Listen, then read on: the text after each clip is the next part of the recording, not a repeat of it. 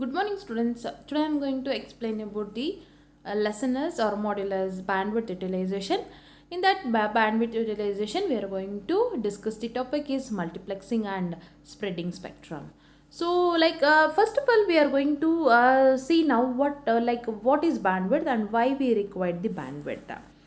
So, yes, the bandwidth, okay, it is one of the communication channel, it is one of the electronic communication channel, okay, which we are going to use for this bandwidth to transfer the data from one device to another device. Yes, obviously we require the bandwidth, or it is a broadband, or it is a broadcast, or it is a broadband bandwidth like channels. Yeah, why? Because okay, we have to do the transaction, or we have to send the data from one device to another device. Obviously we require the bandwidth. So like here, like sometime, okay, the bandwidth it is very low, okay, like it is very poor, okay, the channel will be a very poor. So during that time we are going to combine the several low bit low level bandwidth channel. Okay, we are going to make that low level bandwidth channel into the one larger level bandwidth. So whenever we are going to making use for the larger bandwidth, so we can easily expand that particular bandwidth channel, as well as okay, we can easily transfer the data from one device to another device. Okay, it is going to helpful for the user to make the transaction within the time. So this is what one thing about the bandwidth utilization. The second one is, okay, in this bandwidth utilization we are going to look into the two technique or two method. One is multiplexing and spectrum spreading. So what is multiplexing? First of all, the multiplexing, okay, which is nothing but, okay, it is going to combine the several channels into a only one channel. I am repeating, it is going to combine several channel into only one link, or only one channel link, that we call it as the multiplexing. And what is the spectrum spreading? The spectrum spreading, which is nothing but, it is going to use for the privacy of that particular transaction, or means privacy data, as well as the anti-jamming, which is nothing but, okay, it is it is going to provide the what is that, the queuing method. Okay, whenever we are going to passing the data in that particular channel, during that time, okay, if any what is that, if bandwidth will be low, right? So during that time, obviously the data will be in queue format. Okay, so to overcome that problem, okay, it is going to use for the anti-jamming. Okay, spectrum spreading, okay, to it is not it is not give that problem is all the data, it is not in queue, or it is not in jam, it's a traffic jam condition. Okay, to overcome that problem, okay, anti-jamming, okay, we can easily send the data without any disturbance or without any noisy. Okay, so we can easily send the data from one device to another. Because of that, we are like the spectrum spreading, it is very important here. So now we will move on to the multiplexing. So the multiplexing, just now okay, it is going to use for the several channel into the only one link, or only one data link. So I mean multiple signals, okay, they are going to transmit the data, okay, with the multiple signals across the one signal data link, that we call it as the multiplexing. And this multiplexing, okay, we are going to use for the many set of techniques. Okay, for that, okay, we are going to use the data as well as the telecommunication, increases the traffic. Okay, because multiplexing, obviously, yes, whenever we are going to use the multiplexing, during that time, like our traffic means it is nothing but, it is like all the data in will be a queue format. To overcome that only, we are going to use the spectrum spreading.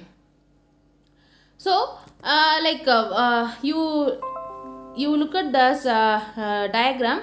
See the multiplexer, okay, they are going to use for the n input lines, means many number of channels or many number of signals, okay, they are going to use, okay, at a time. So that it is going to use for the single lines across the single channel, okay, or single link. Okay, the multiple signals or like several signals, okay, they are going to carry the data in the single link. Okay, so during that time, obviously the data will be a the data will be the data flow will be okay, it is not normal. Okay, obviously it should be a overloaded, means during that time all the data will be in the queuing order. So to overcome that, we are going to use for the spreading spectrum.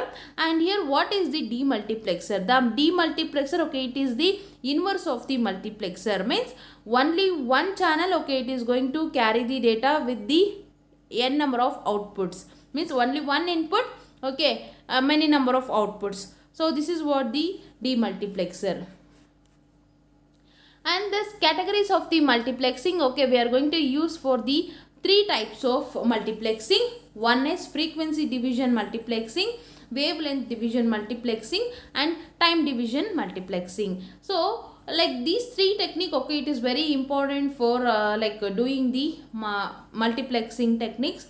So we will see now one by one. And before that, okay, we are using for the two techniques.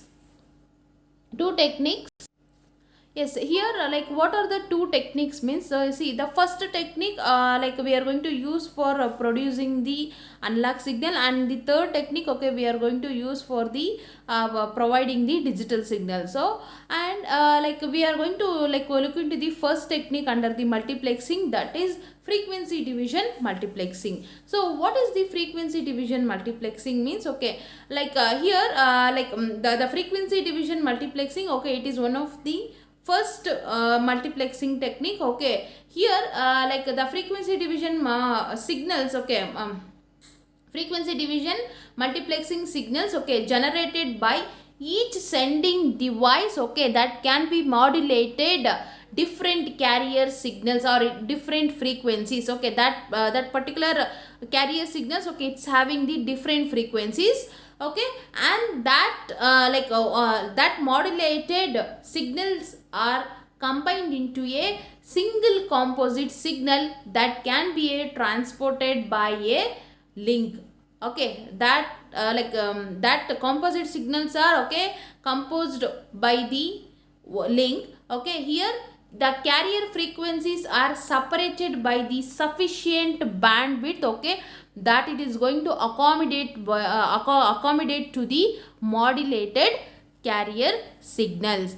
So here the frequency division, you look at this, see, the frequency division multiplexing, okay, they are going to divide it into three channels, that is channel 1, channel 2 and channel 3. Okay, here each channel, okay, it is going to carries their own data. Okay, their own data means if the channel 1, okay, they want to transfer the data from one end to another end, is obviously the channel 1, okay, which is going to taken care of the channel 1, okay, it is going to load that particular data through that link only. Okay, they are going to carry the information from sender to receiver, like that each and every channel 1, 2, 3, okay, till now nth channel, okay, each and every channel or each and every what is that link, or it is a transmission path, okay, it is going to carry their own set of